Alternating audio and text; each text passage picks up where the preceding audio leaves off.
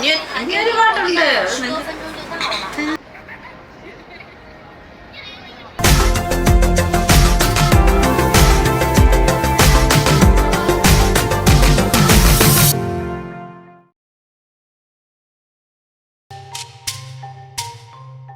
China യാത്രകളുടെ പുതിയൊരു എപ്പിസോഡിലേക്ക് സ്വാഗതം. ഷാങ്ഹായിലാണ് ഞാനിപ്പോൾ. ഇന്ന് ബെയ്ജിങ്ങിലേക്ക് പോവുകയാണ്. 2 മണിക്കുള്ള ബുള്ളറ്റ് ട്രെയിനിലാണ് യാത്ര. അതിനു മുമ്പായി ഷാങ്ഹായിലെ 1-2 സ്ഥലങ്ങൾ കൂടി കാണാനുണ്ട്. ഹോട്ടലിൽ നിന്നും ചെക്കൗട്ട് ചെയ്തതിനു ശേഷം നാൻജിങ് റോഡ് എന്ന സ്ഥലത്തേക്കാണ് പോകുന്നത്. ഷാങ്ഹായിലെ ഒരു വലിയ ഷോപ്പിംഗ് സ്ട്രീറ്റാണിത്. നാൻജിങ് റോഡ് ഹുവാങ്പു നദിയുടെ പടിഞ്ഞാറൻ തീരത്ത് ബണ്ട് എന്ന് വിളിക്കപ്പെടുന്ന ഷാങ്ഹായിയുടെ പ്രശസ്തവും ഐതിഹാസികവുമായ ഭാഗത്തു നിന്ന് ഏകദേശം 5.5 കിലോമീറ്റർ ദൂരത്തിൽ വ്യാപിച്ചു കിടക്കുന്ന ഒരു തിരക്കേറിയ വാണിജ്യ തെരുവാണ്. ഈ തെരുവിനെ ഈസ്റ്റ് റോഡ്, വെസ്റ്റ് റോഡ് എന്നിങ്ങനെ 2 വിഭാഗങ്ങളായി തിരിച്ചിരിക്കുന്നു. നാൻജിങ് ഈസ്റ്റ് റോഡ് ഷോപ്പിങ്ങിനും ഉല്ലാസയാത്രയ്ക്കും ജനപ്രിയമായ കാൽനട യാത്രക്കാർക്ക് മാത്രമുള്ള ഒരു തെരുവാണ്. ഇവിടെ ഡിപ്പാർട്ട്മെന്റ് സ്റ്റോറുകൾ, ബോട്ടിക്കുകൾ, അന്തർദേശീയ ബ്രാൻഡുകളുടെ ഔട്ട്ലെറ്റുകൾ എന്നിവ കാണാം. പ്രത്യേകിച്ച് വൈകുന്നേരങ്ങളിൽ നിയോൺ ലൈറ്റുകൾ തെരുവിനെ പ്രകാശിപ്പിക്കുമ്പോൾ ഈ പ്രദേശം അതിന്റെ ഊർജ്ജസ്വലമായ അന്തരീക്ഷത്തിന് പേരുകേട്ടതാണ്. ആധുനികവും ചരിത്രപരവുമായ വാസ്തുവിദ്യയുടെ മിശ്രിതത്തിന് പേരുകേട്ടതാണ് വെസ്റ്റ് റോഡ്. മാളുകൾ, ലക്ഷറി ബോട്ടിക്കുകൾ, പരമ്പരാഗത ചൈനീസ് കടകൾ എന്നിവയുള്ള പ്രശസ്ത ബുദ്ധക്ഷേത്രമായ ജിങ്കാൻ ക്ഷേത്രം വരെ നീളുന്ന വിശാലമായ ഒരു തെരുവാണിത്.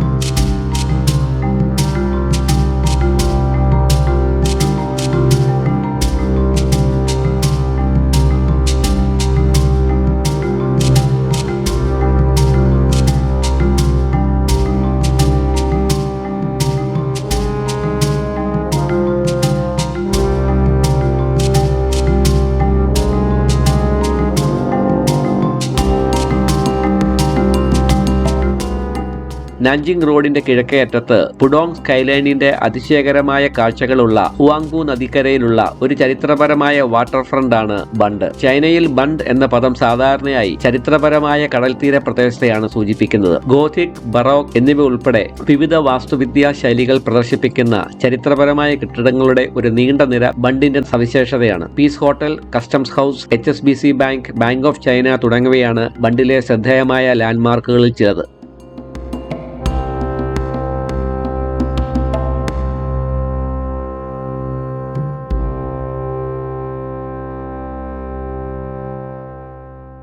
നാൻജിങ് റോഡിന് പടിഞ്ഞാറ് ഭാഗത്തായിട്ടാണ് Shanghai museum, Shanghai grand theatre തുടങ്ങിയ പ്രധാനപ്പെട്ട സാംസ്കാരിക സ്ഥാപനങ്ങളാൽ ചുറ്റപ്പെട്ട പീപ്പിൾസ് സ്ക്വയർ സ്ഥിതി ചെയ്യുന്നത്. 20-ാം നൂറ്റാണ്ടിന്റെ തുടക്കത്തിൽ വിദേശ സ്വാധീന കാലഘട്ടത്തിൽ കുതിരപ്പന്തയ മത്സരങ്ങൾ നടന്നിരുന്ന റേസ് ക്ലബ്ബായി ഈ സൈറ്റ് ഉപയോഗിച്ചിരുന്നു. പീപ്പിൾസ് റിപ്പബ്ലിക് ഓഫ് ചൈന സ്ഥാപിതമായതിനു ശേഷം 1950-കളിൽ പീപ്പിൾസ് സ്ക്വയർ ഔദ്യോഗികമായി പൊതുജനങ്ങൾക്കായി തുറന്നുകൊടുത്തു.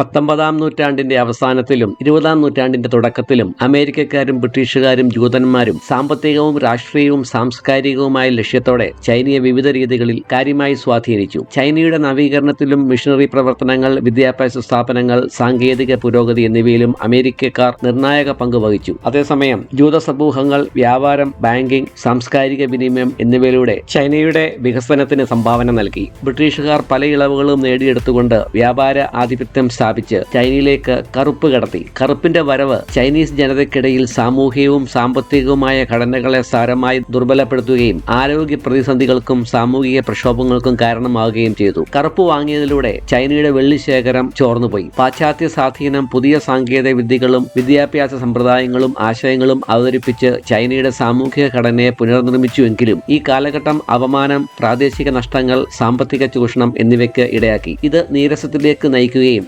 സാമ്രാജ്യത്വ ഭരണത്തിന്റെ ആത്യന്തിക തകർച്ചയ്ക്ക് കാരണമാവുകയും ചെയ്തു. 2 കറുപ്പ് യുദ്ധങ്ങളിലെ ചൈനയുടെ പരാജയം ഹോങ്കോങ്ങിനെ വിട്ടുകൊടുക്കാനും 5 തുറമുഖങ്ങൾ വിദേശ വ്യാപാരത്തിന് തുറന്നു കൊടുക്കാനും വിദേശികൾക്ക് അന്യസംസ്ഥാന അവകാശങ്ങൾ നൽകാനും സാമ്രാജ്യത്വ ഭരണം ദുർബലമാകാനും കാരണമായി. ചൈനയുടെ ഒരു റിപ്പബ്ലിക്കിലേക്കുള്ള പരിവർത്തനം ആഭ്യന്തര കലാപത്തിന്റെയും അപമാനകരമായ തോൽവികളുടെയും സാമ്രാജ്യത്വ അധികാരത്തിന്റെ ശോഷണത്തിന്റെയും വിപ്ലവ ആശയങ്ങളുടെ സ്വാധീനത്തിൽ നിന്നുമാണ് ഉയർന്നു വന്നത്. 1911 വുചാങ് പ്രക്ഷോഭം രാജ്യത്തുടനീളം കൂട്ടകലാപങ്ങളിലേക്ക് നയിക്കുകയും 1912 അവസാനത്തെ ചക്രവർത്തിയായ പൂയിയുടെ സ്ഥാനത്യാഗത്തിലേക്ക് നയിക്കുകയും ചെയ്തു. ഈ ചരിത്രപരമായ മാറ്റം സഹസ്രാബ്ദങ്ങളുടെ സാമ്രാജ്യത്തിന് അന്ത്യം കുറിച്ചുകൊണ്ട് റിപ്പബ്ലിക് ഓഫ് ചൈന സ്ഥാപിക്കപ്പെട്ടു. എന്നിരുന്നാലും റിപ്പബ്ലിക്കിന്റെ ആദ്യ വർഷങ്ങൾ പ്രാദേശിക വിഭജനങ്ങളും യുദ്ധപ്രഭുക്കളുടെ ഉയർച്ചയും ഉൾപ്പെടെയുള്ള വെല്ലുവിളികൾ നിറഞ്ഞതായിരുന്നു. ഇതൊരു ആധുനിക രാഷ്ട്രത്തിലേക്കുള്ള ചൈനയുടെ പ്രക്ഷുബ്ധമായ യാത്രയെ രൂപപ്പെടുത്തിയ രാഷ്ട്രീയ വിഭാഗങ്ങളുടെ തുടർന്നുള്ള പോരാട്ടങ്ങൾക്ക് വേദിയൊരുക്കി. 1949 പീപ്പിൾസ് റിപ്പബ്ലിക് ഓഫ് ചൈന സ്ഥാപിതമായതിനു ശേഷം മാവോ സേതുങ്ങിന്റെ നേതൃത്വത്തിൽ കമ്മ്യൂണിസ്റ്റ് പാർട്ടി സാമൂഹികവും സാമ്പത്തികവും രാഷ്ട്രീയവുമായ വിവിധ പരിഷ്കാരങ്ങൾ നടപ്പാക്കി. 70കളുടെ അവസാനത്തിൽ ഡെങ് സിയാവോപിങ്ങിന്റെ ഓപ്പണിംഗ് അപ്പ് ആൻഡ് റിഫോം എന്നറിയപ്പെടുന്ന വിപണിയെ അടിസ്ഥാനമാക്കിയുള്ള സാമ്പത്തിക പരിഷ്കാരങ്ങൾ ചൈനയുടെ ദ്രുതഗതിയിലുള്ള സാമ്പത്തിക വളർച്ചയ്ക്ക് ഗണ്യമായ സംഭാവന നൽകി. 20ാം നൂറ്റാണ്ടിന്റെ അവസാനത്തിൽ ചൈന അന്താരാഷ്ട്ര വ്യാപാരത്തിൽ ഒരു പ്രധാന പങ്കാളിയായി മാറിയതോടുകൂടി വിദേശ നിക്ഷേപം വർദ്ധിക്കുകയും രാജ്യത്തിന്റെ ദ്രുതഗതിയിലുള്ള സാമ്പത്തിക വളർച്ചയ്ക്ക് ഇടയാക്കുകയും ചെയ്തു.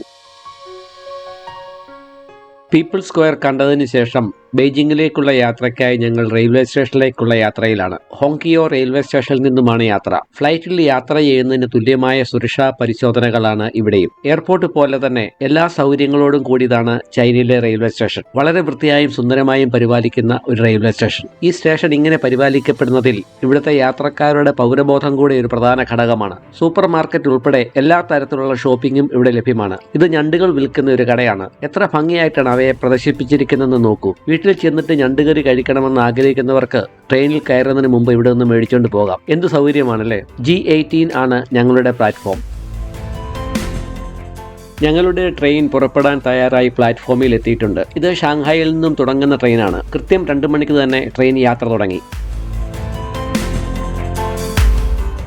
ചൈനയിലെ 2 പ്രധാന സാമ്പത്തിക മേഖലകളെ ബന്ധിപ്പിക്കുന്ന ഒരു അതിവേഗ റെയിൽവേ പാതയാണ് ബീജിംഗ് ഷങ്ങായ് ഹൈസ്പീഡ് റെയിൽവേ അല്ലെങ്കിൽ ജിങ്കു ഹൈസ്പീഡ് റെയിൽവേ. 2008 ഏപ്രിലിൽ നിർമ്മാണം ആരംഭിച്ച ഈ റെയിൽവേ പാതയുടെ വാണിജ്യ സർവീസ് 2011 ജൂണിൽ ആരംഭിച്ചു. 1318 കിലോമീറ്റർ നീളമുള്ള ഈ ഹൈസ്പീഡ് ലൈൻ ഒരൊറ്റ ഘട്ടം കൊണ്ട് നിർമ്മിച്ച ലോകത്തിലെ ഏറ്റവും നീളമേറിയ അതിവേഗ റെയിൽവേ പാതയാണ്. ഫ്രാൻസിലെ TGV അല്ലെങ്കിൽ ജർമ്മനിയിലെ ഇന്റർസിറ്റി എക്സ്പ്രസ് തുടങ്ങിയ ലോകപ്രശസ്ത റെയിൽവേ പാതകളിലെ യാത്രക്കാരുടെ വാർഷിക റൈഡർഷിപ്പിനേക്കാൾ ഏറ്റവും തിരക്കേറിയ അതിവേഗ റെയിൽവേ പാതയാണിത്. വാണിജ്യ പ്രവർത്തനങ്ങളിൽ പരമാവധി 380 കിലോമീറ്റർ വേഗതയിൽ ആദ്യമായി രൂപകൽപ്പന ചെയ്ത റെയിൽവേ ലൈനാണിത്.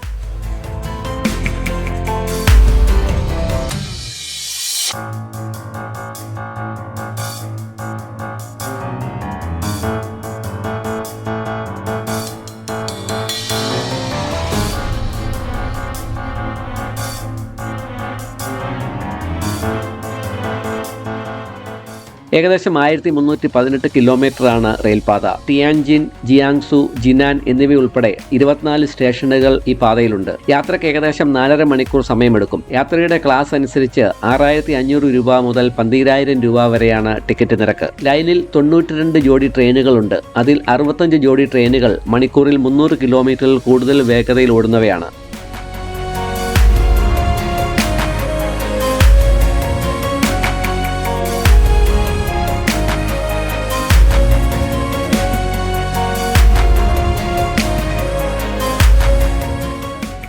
ഡൈനിങ് കാറുകൾ, വൃത്തിയും വെടുപ്പുമുള്ള ടോയ്ലറ്റുകൾ, ചാർജിംഗ് പോയിന്റുകൾ, വൈഫൈ തുടങ്ങിയ ആവശ്യമായ എല്ലാ സൗകര്യങ്ങളും ഇതിലുണ്ട്. ചാരിയിരിക്കാവുന്ന സീറ്റുകൾ വിശാലവും സൗകര്യപ്രദവുമാണ്. എന്നാൽ വൈഫൈ കൊണ്ട് നമുക്ക് പ്രയോജനമൊന്നുമില്ല. ഗ്രേറ്റ് ഫയർവാൾ എന്ന് വിളിക്കപ്പെടുന്ന ലോകത്തിലെ ഏറ്റവും സങ്കീർണവും വിപുലവുമായ ഇന്റർനെറ്റ് സെൻസർഷിപ്പ് സംവിധാനങ്ങളിൽ ഒന്ന് ചൈന നടപ്പിലാക്കിയിട്ടുണ്ട്. ഗോൾഡൻ ഷീൽഡ് പ്രൊജക്ട് എന്നാണ് ഇത് ഔദ്യോഗികമായി അറിയപ്പെടുന്നത്. ചില വിദേശ വെബ്സൈറ്റുകളിലേക്കുള്ള ആക്സസ് നിയന്ത്രിക്കാനും ഓൺലൈൻ ഉള്ളടക്കം നിയന്ത്രിക്കാനും ചൈനീസ് പൗരന്മാരുടെ ഓൺലൈൻ പ്രവർത്തനങ്ങൾ നിരീക്ഷിക്കാനും ലക്ഷ്യമിടുന്ന സങ്കീർണമായ സെൻസർഷിപ്പിന്റെയും നിരീക്ഷണത്തിന്റെയും സംവിധാനമാണിത്. ഫേസ്ബുക്ക്, വാട്സ്ആപ്പ്, ട്വിറ്റർ, യൂട്യൂബ് തുടങ്ങിയ ജനപ്രിയ സോഷ്യൽ മീഡിയ സൈറ്റുകളിലേക്കും രാഷ്ട്രീയമായി സെൻസിറ്റീവായി കണക്കാക്കുന്ന വാർത്താ വെബ്സൈറ്റുകളിലേക്കും മറ്റ് പ്ലാറ്റ്ഫോമുകളിലേക്കുമുള്ള ആക്സസ് ഇത് തടയുന്നു.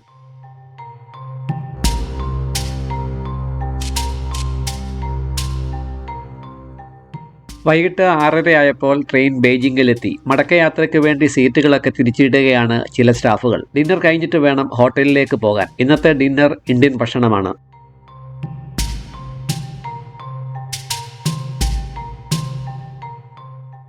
ഹോട്ടലിലേക്കുള്ള യാത്രയിൽ ഞങ്ങളുടെ ഇഷ്ടപ്പെട്ട ഗാനങ്ങൾ പാടിത്തരാൻ ലതിക ടീച്ചർ ഒട്ടും മടി കാണിച്ചില്ല.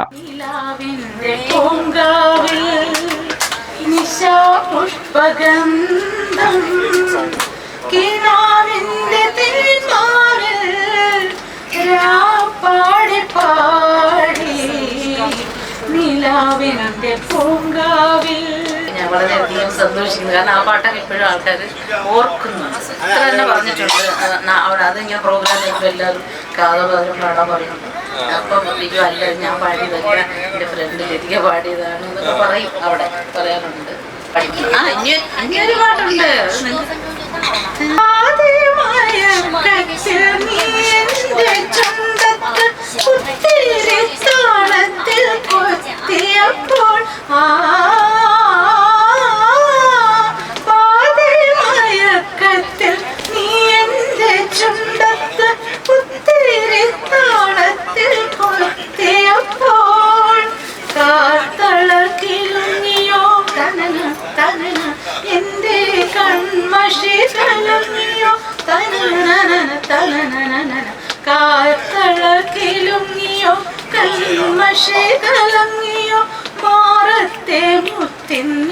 നാണം വന്നു ഉള്ളിൽ ഞാറ്റുവേല കാറ്റടിച്ചോ. ഡിന്നർ ഏർപ്പാടാക്കിയിരിക്കുന്ന ഹോട്ടലിലേക്കുള്ള വഴിയാണിത്. വഴിയുടെ മുകൾ ഭാഗമൊക്കെ LED ലൈറ്റുകൾ ഉപയോഗിച്ച് ഒരു കടലായി മാറ്റിയിരിക്കുകയാണ്.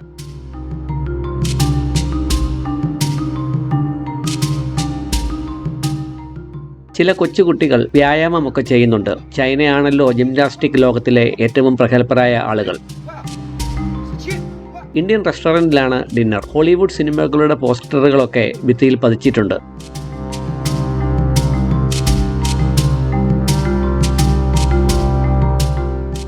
മെർക്കുറെ ഹോട്ടലിലാണ് ഞങ്ങളുടെ ബെയ്ജിങ്ങിലെ താമസം. നൂറ്റാണ്ടുകളായി ചൈനയുടെ ചരിത്രത്തിൽ രാഷ്ട്രീയമായും സാംസ്കാരികമായും സാമ്പത്തികമായും നിർണായക പങ്ക് വഹിക്കുന്ന ബെയ്ജിങ്ങിലെ കാഴ്ചകളാണ് വരുന്ന എപ്പിസോഡുകളിൽ.